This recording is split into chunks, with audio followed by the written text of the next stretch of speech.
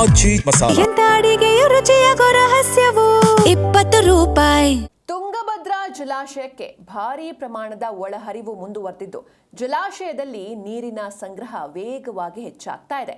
ಪ್ರಸ್ತುತ ತುಂಗಭದ್ರಾ ಜಲಾಶಯದ ನೀರಿನ ಮಟ್ಟ 1621.22 ಅಡಿ ತಲುಪಿದ್ದು ಕಳೆದ 24 ಗಂಟೆಗಳಲ್ಲಿ ಸರಾಸರಿ 60,751 ಕ್ಯೂಸೆಕ್ ಒಳಹರಿವು ದಾಖಲಾಗಿದ್ದು ಪ್ರಸ್ತುತ 50,500 ಕ್ಯೂಸೆಕ್ ನೀರು ಡ್ಯಾಂಗೆ ಹರಿದು ಬರ್ತಾ ಇದೆ. ಇನ್ನು ಜಲಾಶಯದಿಂದ ಕಾಲುವೆಗಳಿಗೆ 1,449 ಕ್ಯೂಸೆಕ್ ನೀರು ಮಾತ್ರ ರಿಲೀಸ್ ಮಾಡಲಾಗ್ತಾ ಇದೆ.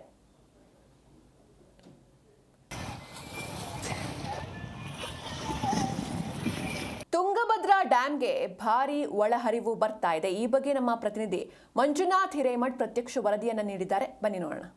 ಕಲ್ಯಾಣ ಕರ್ನಾಟಕದ ಜೀವನಾಡಿ ತುಂಗಭದ್ರಾ ಜಲಾಶಯದ ಹಿಂಭಾಗದಲ್ಲಿ ಒಂದು ಪ್ರತ್ಯಕ್ಷ ವರದಿಯನ್ನ ಕೊಡುವಂತಹ ಪ್ರಯತ್ನವನ್ನ ಜಿ ಕನ್ನಡ ನ್ಯೂಸ್ ಮಾಡ್ತಾ ಇದೆ. ನೋಡ್ಬೋದು ಈ ಜಲಾಶಯ ಅಂದ್ರೆ ಕಲ್ಯಾಣ ಕರ್ನಾಟಕದ ಭಾಗದ ಜೀವನಾಡಿ ಅಂತಾನೆ ಹೇಳ್ಬೋದು. ಯಾಕಂತ ಹೇಳಿದ್ರೆ ಈ ಜಲಾಶಯ ಆಂಧ್ರ, ತೆಲಂಗಾಣ ಸೇರಿದಂತೆ ರಾಜ್ಯದ 8 ಜಿಲ್ಲೆಗಳಿಗೆ ನೀರುಣಿಸುವಂತಹ ಒಂದು ಬೃಹತ್ ದೊಡ್ಡದಾದಂತಹ ಜಲಾಶಯ. ಸುಮಾರು 100 TMCಗೂ ಹೆಚ್ಚು ಸಂಗ್ರಹ ಸಾಮರ್ಥ್ಯ ಇರತಕ್ಕಂಥ ಈ ಜಲಾಶಯ ಕಳೆದ 15-20 ದಿನಗಳ ಹಿಂದೆ ಬರೋಬ್ಬರಿ ಸುಮಾರು ಒಂದು 20 TMC ಅಷ್ಟು ನೀರು ಮಾತ್ರ ಸಂಗ್ರಹ ಆಗಿತ್ತು.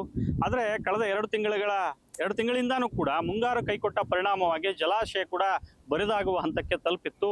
ಈಗ ಶಿವಮೊಗ್ಗ ಭಾಗದಲ್ಲಿ ಅದರಲ್ಲೂ ಕೂಡ ತುಂಗ ಮತ್ತು ಭದ್ರಾ ಜಲಾಶಯ ತುಂಬಿರೋ ಪರಿಣಾಮವಾಗಿ ನೋಡ್ಬೋದು. ಜಲಾಶಯದ ಒಂದಿಷ್ಟು ದೃಶ್ಯಾವಳಿಗಳನ್ನು ತೋರಿಸ್ತಾ ಹೋಗ್ತೀನಿ.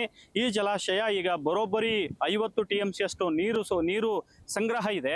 ಸೊ ಇದೇ ಪ್ರಮಾಣದಲ್ಲಿ ಅಂದ್ರೆ ಶಿವಮೊಗ್ಗ ಮತ್ತು ಚಿಕ್ಕಮಗಳೂರು ಭಾಗದಲ್ಲಿ ಇದೇ ಪ್ರಮಾಣದಲ್ಲಿ ಏನಾದರೂ ಮಳೆ ಆಯಿತು ಅಂತ ಹೇಳಿದ್ರೆ ಜಲಾಶಯಕ್ಕೆ ಬರೋಬ್ಬರಿ ಏನಿಲ್ಲ ಅಂದ್ರೆ ಇನ್ನೂ 10 ಅಥವಾ 15 ದಿನಗಳಲ್ಲಿ ಸುಮಾರು 70 TMC ಅಷ್ಟು ನೀರು ಸಂಗ್ರಹ ಆಗ್ತಕ್ಕಂಥ ಚಾನ್ಸಸ್ ಕೂಡ ಇದೆ.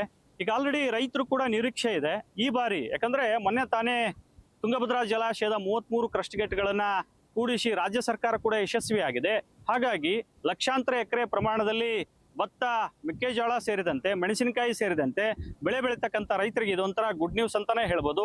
ಈ ನಿಟ್ಟಿನಲ್ಲಿ ಈ ಮಳೆ ಈ ಬಾರಿ ರೈತರಿಗೆ ಕೈ ಕೊಡುತ್ತೆ ಅನ್ನುವಂತಹ ಒಂದು ನಿರೀಕ್ಷೆ ಇತ್ತು. ಆದರೆ ಮಲೆನಾಡು ಭಾಗದಲ್ಲಿ ಮಳೆ ಆಗಿರೋ ಪರಿಣಾಮವಾಗಿ ಈಗ ಲಕ್ಷಾಂತರ ಪ್ರಮಾಣದ ರೈತರಿಗೆ ಅಂದ್ರೆ ಬಹುತೇಕ 8 ಜಿಲ್ಲೆಯ ರೈತರಿಗೆ ಒಂದು ಶುಭ ಸುದ್ದಿ ಅಂತಾನೆ ಹೇಳ್ಬೋದು.